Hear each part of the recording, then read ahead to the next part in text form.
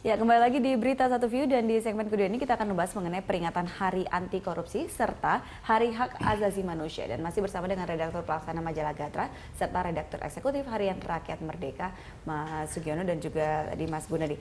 Sekarang ini kita bicara tentang Hari Anti Korupsi dan Hari Hak Asasi Manusia yang perayaan ini berdekatan seperti itu.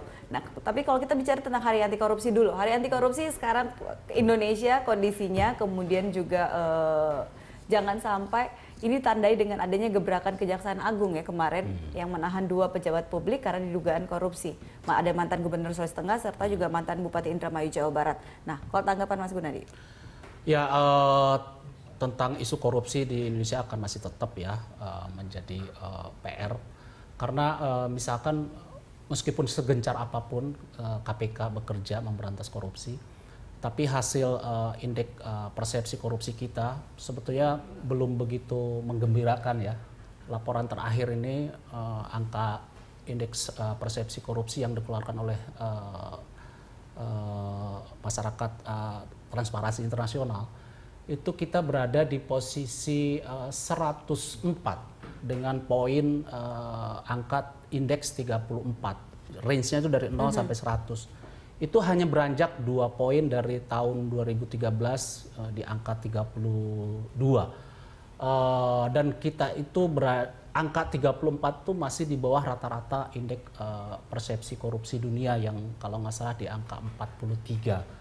Dan di negara ASEAN pun kita itu juga masih di bawah ya, masih di bawah. Karena rata-rata aja sekitar 39, kita ada di 34. Dari sekitar 170-an negara yang disurvei. Jadi itu yang menandakan indikator bahwa padahal kita kalau nggak salah punya target di angka 50 indeks. Tapi problemnya sebenarnya yang menyebabkan kita sampai sekarang itu belum bisa. Iya, menurut saya karena banyak ya kalau masalah korupsi ini kan diperindakan pencegahan. Iya, jadi itu saya sepakat. Ke depan itu sebetulnya tidak hanya penindakan yang harus dikencangkan. Yang paling penting justru adalah pencegahan. Bagaimana misalkan angka korupsi ini, kabar gembira itu ke depan itu bagus ya, bukan berapa jumlah koruptor ditangkap, diadili, dihukum, berapa uang negara diselamatkan. Semakin besar, semakin bagus sekarang kelihatannya. Justru ke depan itu semakin kecil korupsi terungkap, tidak ada angka kerugian negara semakin kecil, sebetulnya itu harusnya menjadi semacam prestasi. Karena itu buktinya bahwa pencegahan ya, itu tidak berjalan. Jadi bukan berarti lemahnya penegak hukum atau KPK angka itu, tapi memang kasusnya semakin menurun. Harusnya itu target. Nah, saya tertarik dengan lemahnya penegak hukum. Kalau kita selama ini kan selalu lihat yang korupsi itu identik yang bergerak itu hanya KPK saja. Kejagung ataupun juga kepolisian kan sering dipertanyakan komitmen mereka terhadap penegakan hukum dalam soal korupsi. Nah, kemarin tuh dengan adanya penangkapan 2 itu seperti apa, Mas Ono? Saya melihat ini baru awal dan belum ada hal-hal substansi yang bisa dilakukan. Bahwa ada beberapa tersangka korupsi yang sudah mulai ditahan, itu sebenarnya kasus lama yang ditangani oleh Kejaksaan.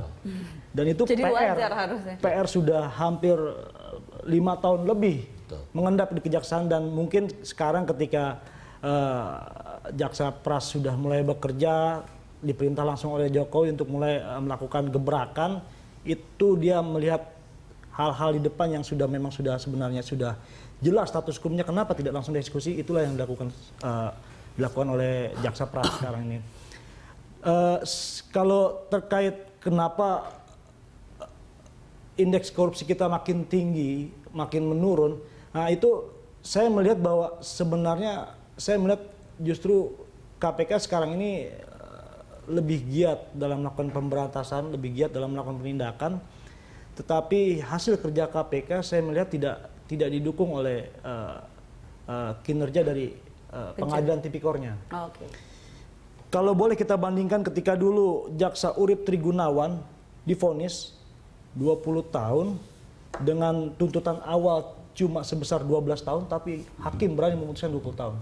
Sementara kita bandingkan sekarang dari beberapa kasus besar yang ada, Anas, Akil Mukhtar dan beberapa lainnya, itu hanya yang paling besar Akil Mukhtar memang seumur hidup. Tetapi bahwa beberapa pelaku lainnya seperti Enji, Nazarudin, itu dihukum masih begitu ringan. Ini saya melihat belum ada kekompakan dari hakim sendiri untuk mencari sebuah gebrakan untuk memberikan efek jera kepada koruptor. Nah, itulah akhirnya di masyarakat sendiri melihat, loh, kenapa orang ini korupsi sampai berpuluh-puluh miliar sementara hanya dihukum 5 tahun, 6 tahun. Belum lagi nanti dikurang dengan masa remisi. Masa remisi. Selesai jadinya. Nah, akhirnya di masyarakat sendiri justru melihat ini tidak ada hal optimal yang dilakukan oleh pengadilan tipikor. Saya melihat harusnya hakim-hakim ad hoc yang dulu sempat ada di tipikor dan ketika sekarang sudah mulai dibuang ke daerah-daerah, saya justru berpikiran harus dikembalikan lagi ke tipikor. Karena mereka lah yang sebenarnya, karena kan tidak ada gunanya ketika mereka tangkap kemudian dituntut, baik itu dari segi dari kejaksaan ataupun dari polisi ataupun KPK, tetapi kadang kan yang dilihat terakhir itu adalah hukumannya kan. Iya.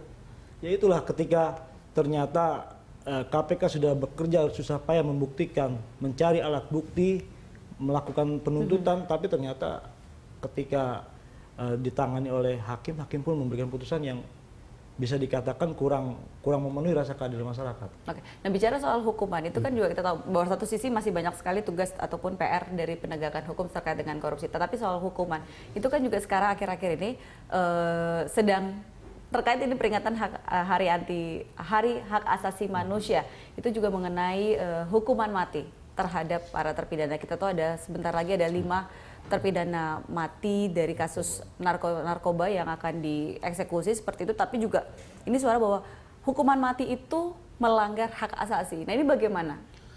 Oke, mengenai penerapan hukuman mati yang masih diterapkan di Indonesia memang sudah lama ya menjadi semacam kritikan dunia internasional karena ada tren semakin lama atau semakin sedikit negara yang menerapkan hukuman mati di negaranya. Indonesia termasuk yang masih itu. Tapi menurut saya kalau kita melihat jenis kejahatan yang memang disasar dalam hukuman mati, salah satunya adalah kejahatan narkoba. Saya rasa untuk yang punya persepsi bahwa Indonesia masih penting diterapkan hukuman mati, saya rasa memang betul bahwa Indonesia memang masih penting. Karena kenapa kalau kita lihat kejahatan narkoba ini efeknya sangat besar. Dia bisa merusak. Oh iya, jadi setiap sekarang ini ada sekitar 4,5 juta generasi muda kita yang terkena narkoba. 1,2 jutanya diantaranya sudah nggak bisa ditolong ya. Setiap hari kalau nggak salah ada sekitar 40 hingga 50 generasi muda kita yang meninggal akibat narkoba. Betapa dahsyatnya kejahatan dari narkoba, terutama barangkali hukuman mati itu kepada gembong-gembong ya. Selain lihat efeknya, coba lihat terpidana hukuman mati narkoba, meskipun dia sudah divonis, sudah menjadi hukuman, tapi dia masih terus melakukan praktek. Dan seringkali juga malah kambuhan ataupun juga malah ya itu. Ya, di dalam LP bagaimana mereka masih mengendalikan jaringan. Mereka bukan hanya elemen kecil, tapi mereka lah yang mengendali jaringannya gitu kan.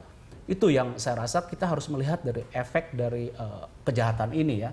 Dan hukuman mati merupakan sebuah untuk efek jera gitu kan, bagaimana sebuah kejahatan itu dilakukan gitu kan. Oke, karena sejauh ini kalau Mas Asa setuju bahwa tidak ada hukuman lain yang bisa membuat efek jera sekencang hukuman mati seperti itu untuk beberapa kasus tertentu ya. Ya, saya juga sepakat bahwa memang untuk khusus gembong narkoba harus diterapkan hukuman mati. Kalau kita ingat dulu terorisme ketika Imam Samudra CS, begitu dia sudah divonis hukuman mati tidak terlalu lama untuk eksekusinya. Nah, sementara kenapa gembong narkoba ini sudah terlalu lama dia diputus meski sekarang sudah habis. PK-nya selesai pula, tinggal pengajuan garasi, sekarang ini tinggal kuncinya ada di Jokowi bahwa Presiden harus segera memutuskan bahwa saya tolak permohonan gerasi kamu, silakan dieksekusi. Dan kemarin Jaksa Pers bersama Menkumham Yasona juga sudah mulai jalan ke Cilacap untuk menengok lokasi yang pantas untuk dijadikan sebagai selain tempat narkoba, eksekusi. adakah tidak kasus korupsi bagaimana? Karena ada juga yang mewacanakan hukuman mati terhadap para koruptor. Setuju tidak? kembali ya, kalau penegakan hukum harus dilihat dari segi efek jera ya. Ada survei, saya lupa survei dari mana. Apa sih yang persepsi publik ya untuk efek jera untuk korupsi? Ternyata hukuman berat gitu ya, tidak bagi publik itu bukan utama efek jera bagi korupsi. Terus misalkan memiskinkan? This point. Jadi yang pemiskinan itulah yang dipersepsikan oleh publik menjadi efek jera dari korupsi. Kenapa? Pemiskinan ini kan dia tidak hanya berefek pada dia, tapi pada keluarga segala macam. Dia akan merasakan proses pemiskinan. Artinya apa? Di sini sejak mulai sidik, penuntutan, didorong untuk penggunaan juga undang-undang TPPU, tindak pidana pencucian uang. Itu yang harus lebih ditegakkan.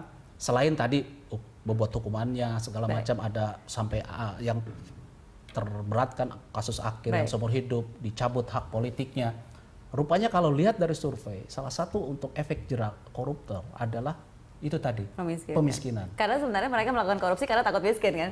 Iya, bayangin aja orang yang sudah begitu ini lalu dimiskinkan. Baik, kita nanti lanjutkan lagi di perbincangan ini di segmen berikutnya. Pemirsa, kami akan segera kembali, jangan kemana-mana.